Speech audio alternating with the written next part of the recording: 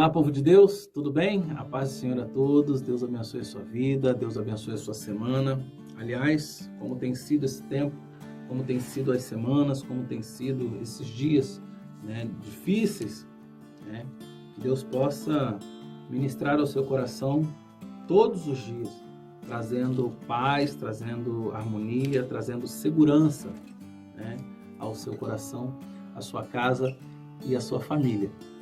Muito bom mais uma vez poder estar aqui com você, muito bom poder estudar mais uma vez a Palavra de Deus. Na semana passada, ou melhor, na semana retrasada, nós falamos da carta de Paulo aos Filipenses, no capítulo 2, para ser mais preciso.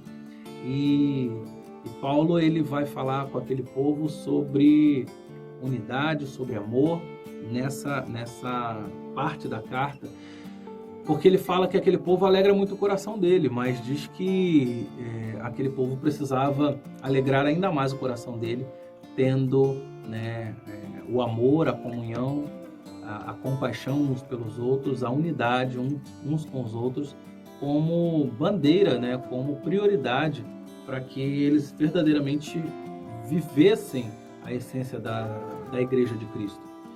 E nós vamos continuar falando da carta aos Filipenses, como eu falei na semana retrasada para você, que era um desejo de nós estarmos aqui esmiuçando um pouco dessa carta, aprendendo um pouco daquilo que Deus quer falar conosco. E nós estaremos aí hoje lendo uma parte do capítulo 3, do versículo 1 até o versículo 11, do capítulo 3 de Filipenses. E eu já quero te convidar a abrir a sua Bíblia, abrir a Palavra de Deus e a lermos juntos esse texto. Nós vamos falar por partes, versículo por versículo, e aí compartilhar um pouco e partilhar um pouco dessa palavra do Senhor. Amém? Bom, diz assim a palavra de Deus, no capítulo 3 de Filipenses, a partir do versículo 1. Finalmente, meus irmãos, alegrem-se no Senhor. Escrever-lhes de novo as mesmas coisas não é cansativo para mim, e é uma segurança para vocês.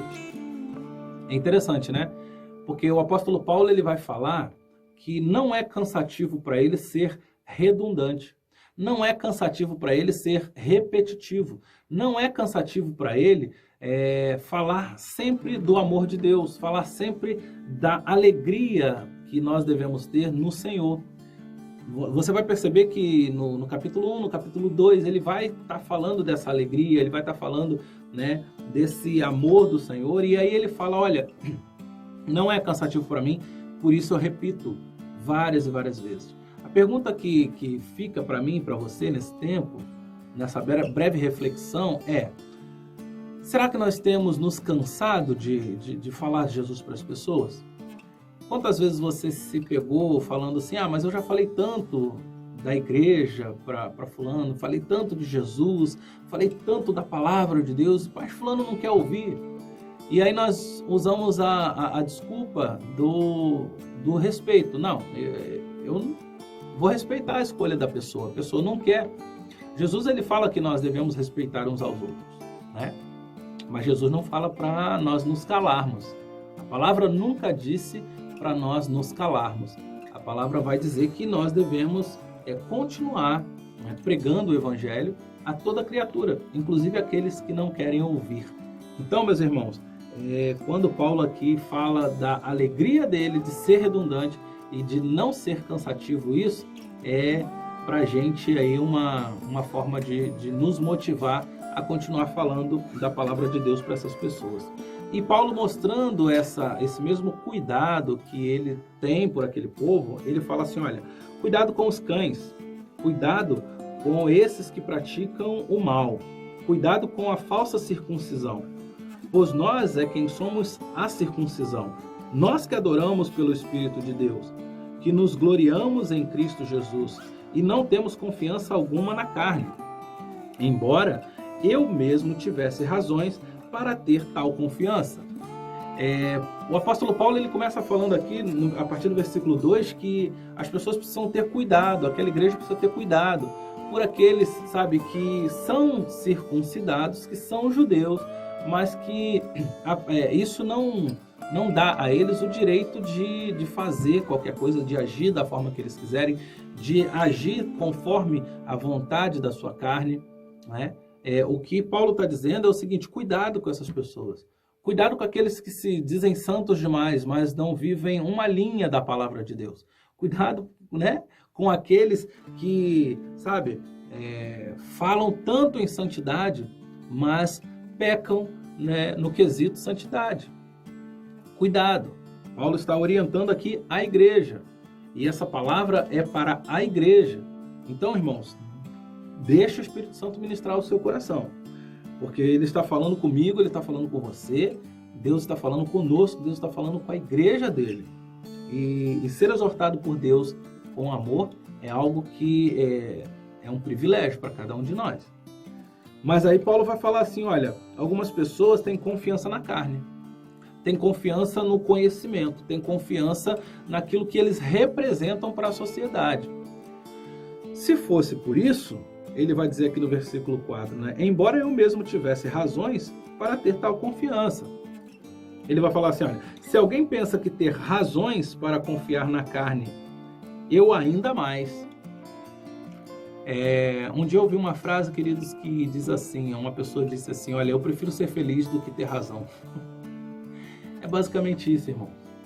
Às vezes nós queremos ter razão porque o nosso conhecimento, né, é vasto. A nossa posição, né, está acima dos outros. Às vezes nós queremos utilizar os títulos, né, para achar que somos melhores do que as pessoas. E o que Paulo vai dizer assim, olha, ele vai falar, olha, tudo isso é carnalidade. Tudo isso são obras da carne, tudo isso é vontade da carne que nós devemos fugir dela, né? E ele vai listar aqui algumas razões que poderia fazer com que ele fosse, né, uma pessoa altiva, uma pessoa que se sentisse melhor do que os outros. No versículo 5 ele fala assim, olha, circuncidado no 8º dia de vida, pertencente ao povo de Israel, à tribo de Benjamim, verdadeiro hebreu. E aí ele falou dessas qualidades, vamos dizer assim, né? E ele vai continuar dizendo agora, baseado na religiosidade que ele viveu ao longo do tempo, baseado também na sua humanidade. Ele diz assim, quanto à lei, fariseu, ou seja, quanto à lei eu fui fariseu. Quanto ao zelo, perseguidor da igreja, ou seja, ele zelava pela lei, perseguindo a igreja porque, né, ele achava que aquilo era o correto a fazer. Quanto à justiça que há na lei, irrepreensível, ou seja, ele cumpria todos os artigos, todos os parágrafos, todos os incisos da lei, né? Ou seja, uma pessoa irrepreensível quando a prerrogativa era a lei. Então, meus irmãos, o que ele estava querendo dizer assim, aqui era, eu poderia ser melhor do que, me sentir, me achar melhor do que todo mundo. Ele estudou aos pés de Gamaliel. Ele é uma pessoa culta, conhecida por todos os lugares daquela região, uma pessoa famosa. Lembra que quando, depois do encontro com Jesus, que ele vai para a casa de Judas, e aí Jesus vai até Ananias e fala, olha, vai lá orar por aquele homem. E aí ele fala, não, Senhor, aquele homem é um perseguidor, aquele homem é um matador de cristãos, aquele homem, né, persegue a igreja, ou seja, ele era famoso, no sentido ruim da palavra, né, mas ele era famoso, uma pessoa conhecida por todos e respeitado por todos. Mas ele diz que isso, né, não faz dele melhor do que ninguém. Olha o que ele começa dizendo no versículo 7. Mas o que para mim era lucro, passei a considerar como perda, por causa de Cristo. Olha a motivação dele. Cristo faz com que todo o conhecimento dele, tudo aquilo que ele tinha de melhor, humanamente falando, se torne nada diante de Jesus, diante do conhecimento de Jesus. Aí ele vai falar assim, olha, mais do que isso, considero tudo como perda, comparando com a suprema grandeza do conhecimento de Cristo Jesus, meu Senhor. É importante quando ele fala meu Senhor, é porque ele sabe exatamente quem é o senhorio dele e de quem ele é servo, né? Vai continuar dizendo assim, olha, por quem perdi todas as coisas. Eu as considero como esterco para poder ganhar Cristo. Isso eu achei fantástico. porque ele vai dizer que as coisas do passado, o conhecimento, tudo aquilo que ele tem, ele agora, ele não olha para trás e sente saudade, mas ele usa tudo aquilo como esterco, ou seja, como adubo, para impulsioná-lo na direção de Cristo. Como? Todo o conhecimento que ele tem, ele agora vai usar a favor, do reino de Deus. Ele vai usar para Cristo. Toda a sua eloquência, toda a sua, o seu trânsito ali naquela região, ele vai usar para a glória de Deus. E aí ele vai continuar dizendo, ele intensifica esse relacionamento quando ele fala assim, e ser encontrado nele. Ou seja, ele não quer apenas poder ganhar Cristo, nesse sentido, mas ele também quer ser encontrado em Cristo. Isso é fantástico, porque cada dia mais, queridos, nós devemos buscar sermos encontrados em Cristo. Essa é a essência da unidade pura, simples, mas soberana. Nós precisamos viver isso, assim como o Pai, o Filho e o Espírito Santo têm essa triunidade, que é essa unidade sem hierarquia, nós precisamos viver isso enquanto igreja.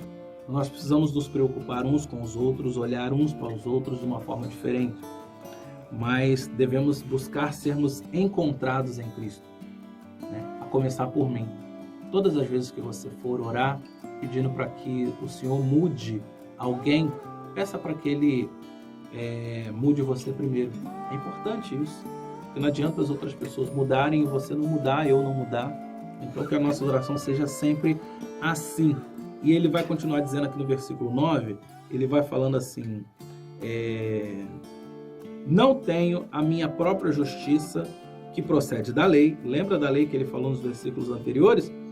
Que procede da lei, mas a que vem mediante a fé em Cristo. A justiça que procede de Deus e se baseia na fé. Sem palavras, Ele quer viver a espiritualidade, ele quer viver uma vida espiritual, ele quer viver uma vida baseada na fé, ele quer viver uma justiça baseada na fé.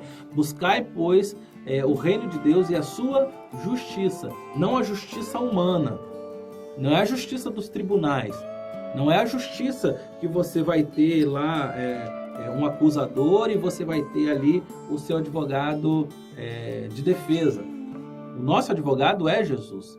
A justiça divina faz com que ele advogue ao nosso favor, E ele nos defenda.